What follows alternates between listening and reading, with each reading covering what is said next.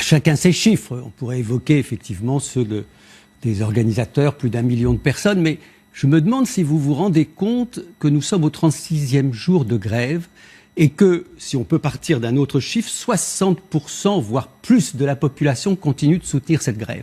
Et je crois que je suis le seul sur ce plateau à avoir été à la manifestation, je me permettrai juste de faire une petite remarque sur les manifestations.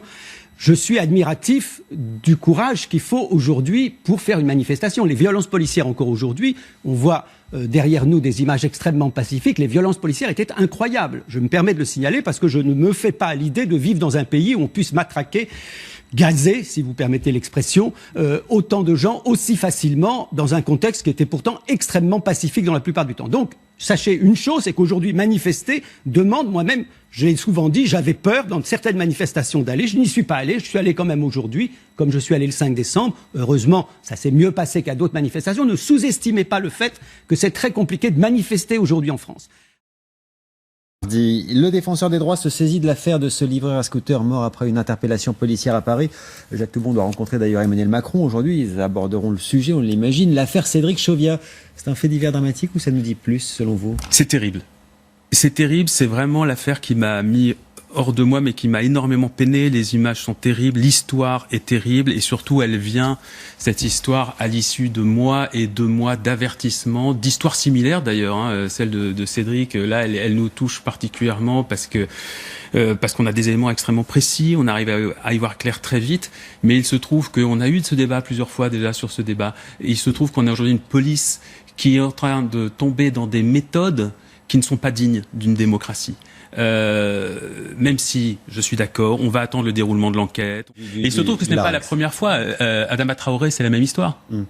Et Adama Traoré, l'histoire a été enterrée. Il y a eu des mensonges. La famille se bat encore pour que la vérité éclate. Dans les manifestations depuis 1 an, des situations comme celle-ci, qui ne mènent pas forcément à la mort, mais des situations de violence extrême sur les corps des manifestants, il y en a eu des dizaines, des centaines, 2500 manifestants blessés, 25 éborgnés, on l'a déjà dit, 5 mains arrachées.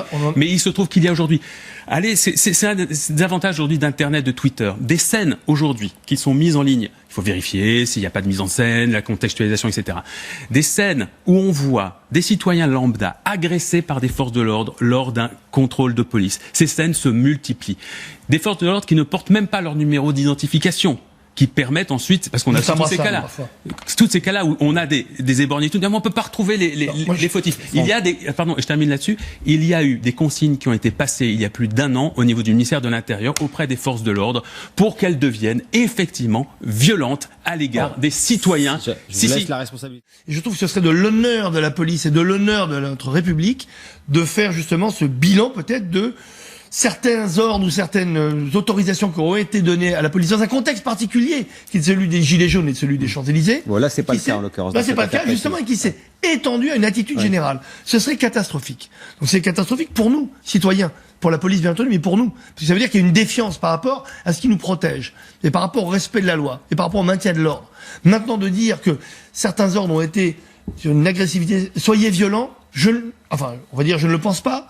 Je ne le crois pas et je n'ose même pas le penser. Maintenant que ça a été pris. C'est le cas. Il y avait, pardon Franck, je vous explique. Dans les années 80, après l'affaire Malik Oussekine, donc effectivement, avec ce jeune homme qui a été tué par des voltigeurs, des consignes avaient été passées que les forces de l'ordre n'aillent plus au contact des manifestants. C'est-à-dire qu'on essaie de maintenir les manifestants à distance. Et il se trouve que après les Champs-Élysées, après le saccage des Champs-Élysées, lors des premières manifestations des Gilets jaunes, effectivement, il y a des consignes qui ont été passées dans le sens inverse, en disant maintenant, c'est bon, vous pouvez y aller directement. Il faut les impressionner. Il faut qu'ils n'aient plus envie d'eux. C'est-à-dire que c'est là qu'on a mis en place des dispositifs comme comment s'appelle, les DAR, les détachements d'action rapide, les braves. Comme des voltigeurs à l'époque. Comme les voltigeurs à l'époque. On a remis en place ces méthodes.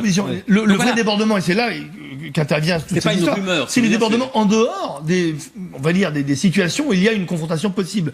Là, quand il s'agit de citoyens lambda qui passent à côté, ou même de cette personne en scooter et en casque, qui peut-être même a été un peu insultant. Ok, ça mérite pas quand même tout ce qui s'est passé.